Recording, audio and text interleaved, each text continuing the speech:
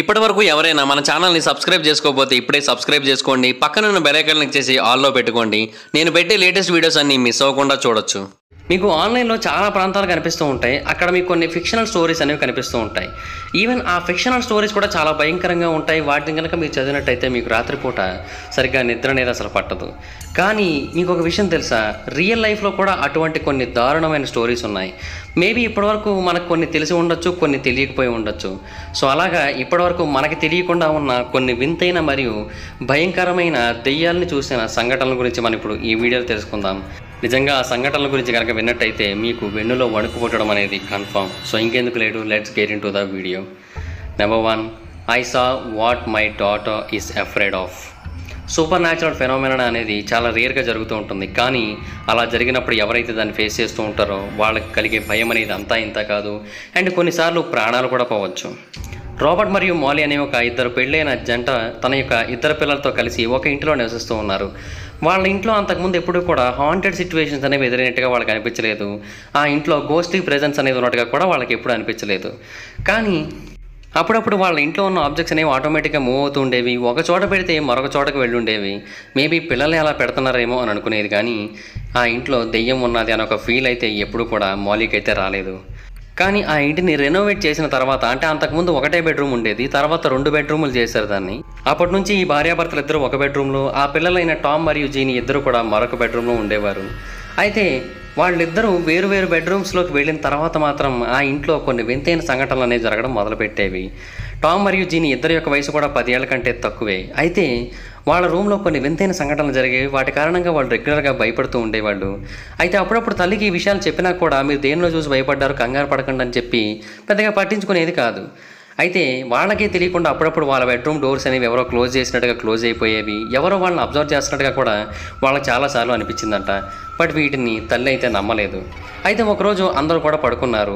మాలీకి ఎందుకో సడన్గా మెలకు వచ్చింది. తన రూమ్ నుంచి బయటకు వచ్చి చూస్తే ఒక నల్లటి ఆకారం హాల్ యొక్క బయట భాగంలో కనిపించింది. ఆ తర్వాత అది లివింగ్ రూమ్ వైపు నడుస్తూ ఉంది. ఆ క్రియేచర్ అని చూడడానికి ఒక చిన్న పిల్లలా కనిపిస్తూ ఉంది. అయితే ఆ తర్వాత ఆ క్రియేచర్ సడన్గా వెనక్కి తిరిగి మాలీ వైపే చూసింది. ఆ తర్వాత వెంటనే లివింగ్ రూమ్ వైపు వెళ్ళిపోయింది. దాన్ని చూసిన తర్వాత ఆమె చాలా భయపడింది, ఎందుకంటే అది వెంటనే మాయమైపోయింది కూడా. సో తన పిల్లలకి ఏదైనా జరుగుతుందేమన్న భయంతో మాలీ తర్వాత రోజు నుంచి కూడా పిల్లల యొక్క రూమ్లోనే పడుకోవడం మొదలుపెట్టింది. అయితే అలాగా ఆమె పడుకోవడం మొదలుపెట్టిన 2వ రోజే ఒక వరస్ట్ ఇన్సిడెంట్ జరిగింది. అదేంటంటే ఆమెకి వింత వింత శబ్దాలు అనేవి వినిపించాయి. కొంతమంది చప్పట్లు కొడుతున్నట్టుగా, కొంతమంది గోడను కొడుతున్నట్టుగా ఏవేవో శబ్దాలు వినిపించాయి. ఏదో ఒక క్రియేచర్ తమ యొక్క సీలింగ్ పై భాగంలో పాకుతున్నట్టుగా కూడా శబ్దాలు వినిపించాయి. ఆ తర్వాత ఆ క్రియేచర్ వాళ్ళిద్దరి మీదకి దూకుతున్నట్టుగా కూడా కొన్ని శబ్దాలు వినిపించాయి. బట్ ఏది కూడా వాళ్ళ మీదకి దూకలేదు. సో ఏం చేయాలో అర్థం కాక వెంటనే ఆ ఫ్యామిలీ ఆ ఇల్లు ఖాళీ చేసి ఆ ఇంటికి చాలా దూరంగా వెళ్ళిపోయారు. ఎంత దూరం అంటే ఆ దెయ్యం కూడా రీచ్ అవ్వనంత.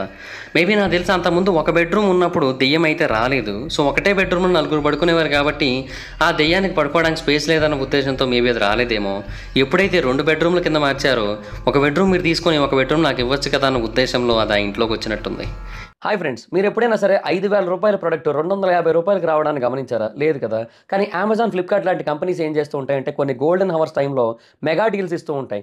ఆ డీల్స్ టైంలో ఒక్కొక్క ప్రోడక్ట్ మీద 90% నుంచి 95% వరకు డిస్కౌంట్ అయితే ఉంటుంది. అయితే ఈ డీల్స్ కోసం మీరు కాన్స్టెంట్గా ఆ యాప్స్ చెక్ చేస్తూ ఉండలేరు కదా. కానీ మీకోసం నేను వాటన్నిటిని కూడా కాన్స్టెంట్గా చెక్ చేస్తూ ఉంటాను. అండ్ దాంట్లో ఎప్పుడు ఏ డీల్ పెట్టినా కూడా ఇమీడియట్గా మీకు ఆ ప్రోడక్ట్ని అయితే షేర్ చేస్తాను. మీరు ఇమీడియట్గా ప్రోడక్ట్ని పర్చేస్ చేయొచ్చు దాని నుంచే. అండ్ అంతేకాదు కొన్ని ఎక్స్ట్రాడినరీ ప్రొడక్ట్స్ ఉంటాయి, వాటిని మీరు బయట ఎక్కడ కూడా చూడరు. వాటి గురించి కూడా నేను మీకు షేర్ చేస్తాను. మీరు సింపుల్గా చేయాల్సింది ఒకటే, కింద డిస్క్రిప్షన్లో మన టెలిగ్రామ్ ఛానల్ లింక్, మన వాట్సాప్ ఛానల్ లింక్, మన ఇన్స్టా బ్రాడ్కాస్ట్ ఛానల్ లింక్ ఉంటాయి. వీటిలో మీరు ఏ యాప్ ఎక్కువగా వాడతారో ఆ యాప్కి సంబంధించిన లింక్ మీద క్లిక్ చేసి ఆ యాప్లో ఉన్న మన ఛానల్ని ఫాలో అవ్వండి. దాంట్లో రెగ్యులర్గా చాలా ప్రొడక్ట్స్ అయితే మీకు అప్డేట్ అవుతూ ఉంటాయి. అండ్ ఆ ప్రొడక్ట్స్లో మీకు ఏది నచ్చినట్టయితే దాన్ని మీరు కొనుగోలు చేయొచ్చు వెంటనే. సో డిస్క్రిప్షన్లో లింక్స్ ఉన్నాయి, వెంటనే ఫాలో అవ్వండి. ఏమో మరి. Number 2, statue of Jesus. Tony మరియు ఫ్రెడ్ అనే ఒక ఇద్దరు ఒకసారి లూయిస్ అండ్ క్లార్క్ కాలేజ్కి అటెండ్ అయ్యారు. ఇది ఆరెగాన్లోని పోర్ట్లాండ్ అనే ఒక ప్రాంతంలో ఉంటుంది. అది 1993వ సంవత్సరం. అయితే అప్పట్లో నైట్ టైం అలాగా ఒక అమ్మాయి ఒక అబ్బాయి నడుచుకుంటూ వెళ్ళడం అనేది చాలా రేర్గా జరుగుతుంది. బట్ వాళ్ళు ఏంటంటే నైట్ టైం బోర్ కొట్టడంతో ఆ క్యాంపస్ యొక్క బయట భాగాల్లో అలా నడుచుకుంటూ వెళ్తూ కాలేజ్ యొక్క గ్రౌండ్ దగ్గరికి అయితే చేరుకున్నారు. గ్రౌండ్ అనేది పూర్తిగా పచ్చదనంతో నిండిపోయి ఉంది. ఒక రొమాంటిక్ వాకింగ్కి పర్ఫెక్ట్ ప్లేస్లా అనిపిస్తూ ఉంది. అయితే వాళ్ళు అలాగా నడుస్తూ ఉంటే సడన్గా వాళ్ళకి పెద్ద పెద్ద పొదలు అయితే కనిపించాయి. ఆ పొదను చూసి వాళ్ళు మొదట ఆశ్చర్యపోయారు. కానీ ఆ తర్వాత ఆ పొదల దగ్గరికి వెళదామని డిసైడ్ అయ్యారు. అయితే ఆ పొదలకి దగ్గరికి వెళ్తున్న కొద్దీ వాళ్ళకొక పురాతన కాలం నాటి విగ్రహం వంటి తోటి కనిపించింది. ఆ పొదలు, ఆ విగ్రహం ఇవన్నీ కూడా ఆ గ్రౌండ్లో ఉన్న ఒక పురాతన కాలం నాటి కోటకి దగ్గరలో కనిపించాయి. సో మొదట దాన్ని చూసి ఏదో ఒక దిష్టిబొమ్మ అనుకున్నారు. దగ్గరికి వెళ్ళి చూస్తూ ఉంటే అది జీసస్ స్టాచ్యూలా కనిపించింది. అంటే తన యొక్క 2 చేతుల్ని కూడా చాచి నుంచుని కనిపించింది అనమాట అది. సో ఆటోమేటిక్గా ఆ స్టాచ్యూని చూడగానే చాలా అంటే చాలా ఆశ్చర్యం కలిగింది వీళ్ళిద్దరికీ కూడా. సో వెంటనే దాని దగ్గరికి వెళ్ళాలని నిర్ణయించుకున్నారు. అఫ్కోర్స్ వాళ్ళకి భయం అయితే ఉంది, కానీ దగ్గరికి వెళ్ళేది ఏంటో చూడాలన్న క్యూరియాసిటీ మాత్రం వాళ్ళలో మరింత ఎక్కువగా ఉంది.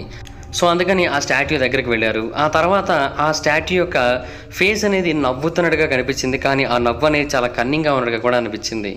ఆ తర్వాత ఆమె భయపడకుండా తన చేతిని తీసుకొని వెళ్ళి ఆ స్టాట్యూ యొక్క చేతి మీద పెట్టింది.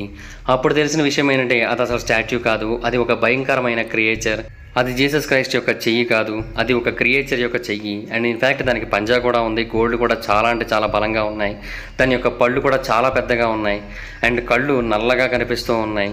అది చూసిన తర్వాత వాళ్ళిద్దరూ పరుగు ఎంత ఫాస్ట్ పరిగెట్టారంటే 2 నిమిషాల్లో వాళ్ళు కాలేజ్ క్యాంపస్ యొక్క మెయిన్ డోర్ దగ్గరికి చేరుకున్నారు. వాస్తవానికి అయితే అంతకుముందు అదే డిస్టెన్స్ని వాళ్ళు నార్మల్గా నడవడానికి 26 నిమిషాలు తీసుకున్నారంట. బట్ 2 నిమిషాల్లో పరిగెట్టుకుంటూ వచ్చారు ఆ ప్రాంతానికి.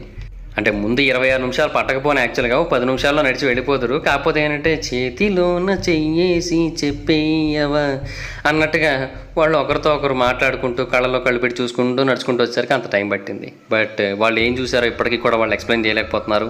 కానీ ఆ టైంలో వాళ్ళ గుండె మాత్రం నిమిషానికి 106 సార్లు కొట్టుకుందంట. Great. Number 3, consumed by fire. Thomas అనే ఒక వ్యక్తి తన నాన్నమ్మకి అసలు ఏం జరిగిందో అర్థం కాక ఇప్పటికీ కూడా కన్ఫ్యూజ్ అయిపోతూ ఉంటాడు. ఎందుకంటే ఆమె ఒక మిస్టీరియస్ వేలో చనిపోయింది. ఎన్ని స్టడీలు చేసినప్పటికీ కూడా ఇప్పటికీ ఆమె యొక్క హత్య అనేది ఒక మిస్టరీగానే మిగిలిపోయింది. ఆ పేరు చార్లెటే. ఆమెకి ఏంటంటే ప్రతిరోజు కూడా రాత్రిపూట చాలా త్వరగా పడుకోవడం, తెల్లవారుజామున ఎర్లీగా లెగడం, ఇదంతా కూడా అలవాటు ఆమెకి. రాత్రి 9 పడుకునేది, తెల్లవారు 5:30 లేచిపోయేది. అలారం కూడా అవసరమయ్యేది కాదు ఆమెకి. అయితే ఆ రోజు మాత్రం ఆమె 5:30కి లెగలేదు. ఏమైందో చూద్దామని చెప్పి మొత్తం అందరూ కూడా ఆమె రూమ్లోకి వెళ్ళి చూస్తే ఆమె చనిపోయింది. అయితే ఆమె ఎలా చనిపోయిందో తెలుసా? ఆమె మంచం అనేది కరిగిపోయింది. ఆ మంచం అనేది ఆల్మోస్ట్ ట్విస్ట్ అయిపోయింది, మోల్ట్ అయిపోయింది. అంతేకాకుండా అసలు ఏమాత్రం గుర్తుపడడానికి వీలు లేకుండా పోయింది. మళ్ళీ ఆ మంచం సాలిడ్ ఐరన్తో తయారు చేయబడింది. ఇంకొక హైలైట్ మిస్టరీ ఏంటంటే ఇక్కడ ఆ మంచం మొత్తం కరిగిపోయింది కదా, కానీ రూములో ఉన్న మిగతా వస్తువులకు దేనికి కూడా మంట అనేది అంటుకోలేదు. మరి దానికి కారణం ఏంటనేది ఎవరికి అర్థం కావట్లేదు. అంటే కేవలం ఆమె పడుకున్న భాగం, ఆమె యొక్క శరీరం, ఆ మంచం ఇది మాత్రమే కాలిపోయింది. మొత్తం చుట్టూ ఏమీ కాలిపోలేదు. ఇదంతా కూడా ఎలా జరిగిందో అర్థం కావట్లేదు. ఐరన్ని కరిగించే స్థాయిలో వచ్చిన మంట చుట్టుపక్కల ప్రాంతాలకి ఎందుకని స్ప్రెడ్ అవ్వదు? కొంతమంది ఏమంటారంటే ఆమె స్పాంటేనియస్ హ్యూమన్ కంబషన్ కారణంగా చనిపోయిందని చెబుతూ ఉంటారు. మరికొంతమంది ఏమో ఆమె ఒక పారానార్మల్ ఇన్సిడెంట్ కారణంగా చనిపోయిందంటారు. అంటే ఒక దెయ్యం అనేది ఆమెని కాల్ చేసిందని చెబుతూ ఉంటారు. సో దాని కారణంగానే ఆ మంచం ఆమె మాత్రమే కాలారు, చుట్టుపక్కల ప్రాంతాల్లో ఏవి కూడా కాలిపోలేదని చెప్తూ ఉన్నారు. బట్ ఏది నిజమన్నది ఇప్పటికీ కూడా ఒక మిస్టరీగానే మిగిలిపోయింది. Number 4, the doppelganger in my house. యాక్చువల్గా మనం సూపర్ న్యాచురల్ స్టోరీస్ అనేవి చాలాసార్లు వినే ఉంటాం.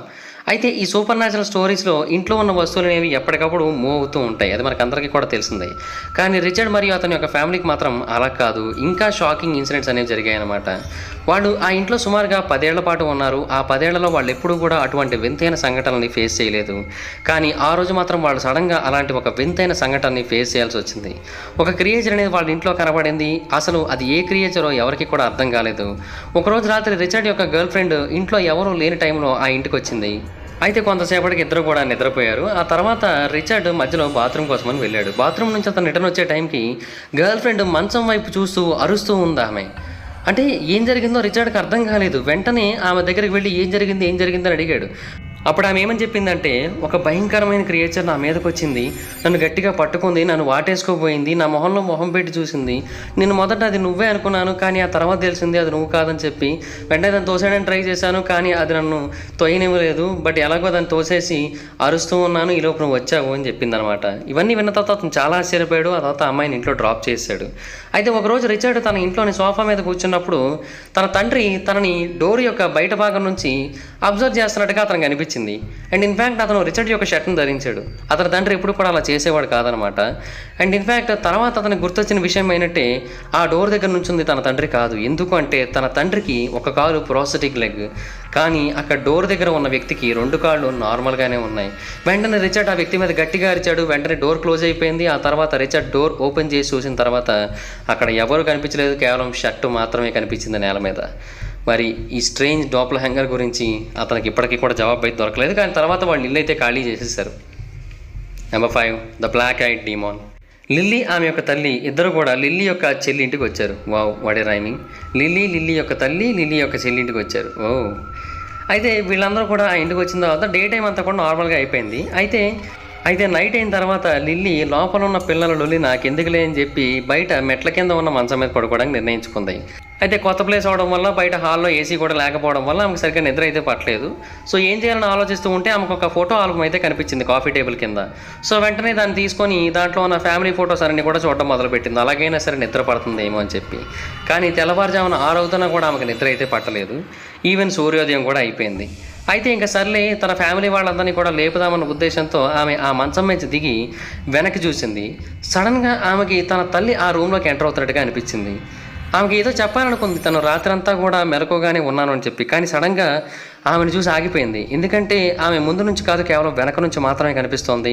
కేవలం ఆమె జుట్టు మాత్రమే కనిపిస్తోంది. అండ్ ఆమె యొక్క ఒంటి మీద ఉన్న గౌన్ అనేది రాత్రిపూట తన తల్లి వేసుకునే గౌన్ కాదు, తెచ్చుకున్న గౌన్ అసలే కాదు.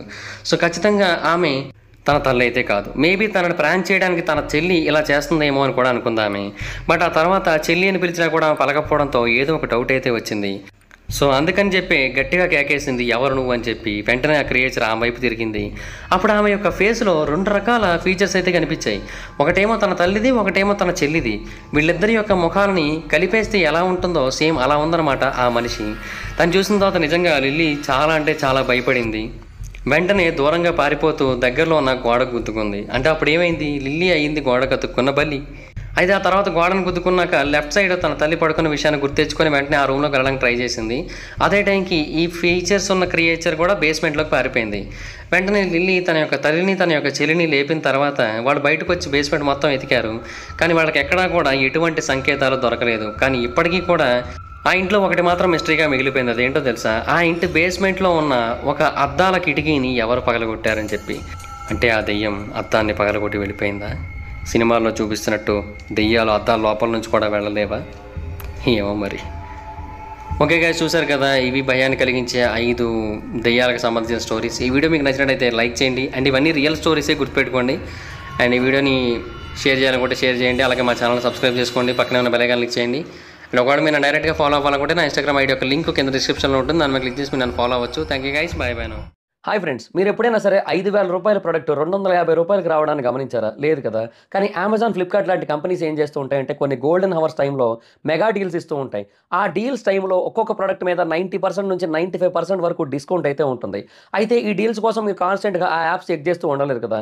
కానీ మీకోసం నేను వాటన్నిటిని కూడా కాన్స్టెంట్గా చెక్ చేస్తూ ఉంటాను. అండ్ దాంట్లో ఎప్పుడు ఏ డీల్ పెట్టినా కూడా ఇమీడియట్గా మీకు ఆ ప్రోడక్ట్ని అయితే షేర్ చేస్తాను. మీరు ఇమీడియట్గా ఆ ప్రోడక్ట్ని పర్చేస్ చేయొచ్చు దాని నుంచే.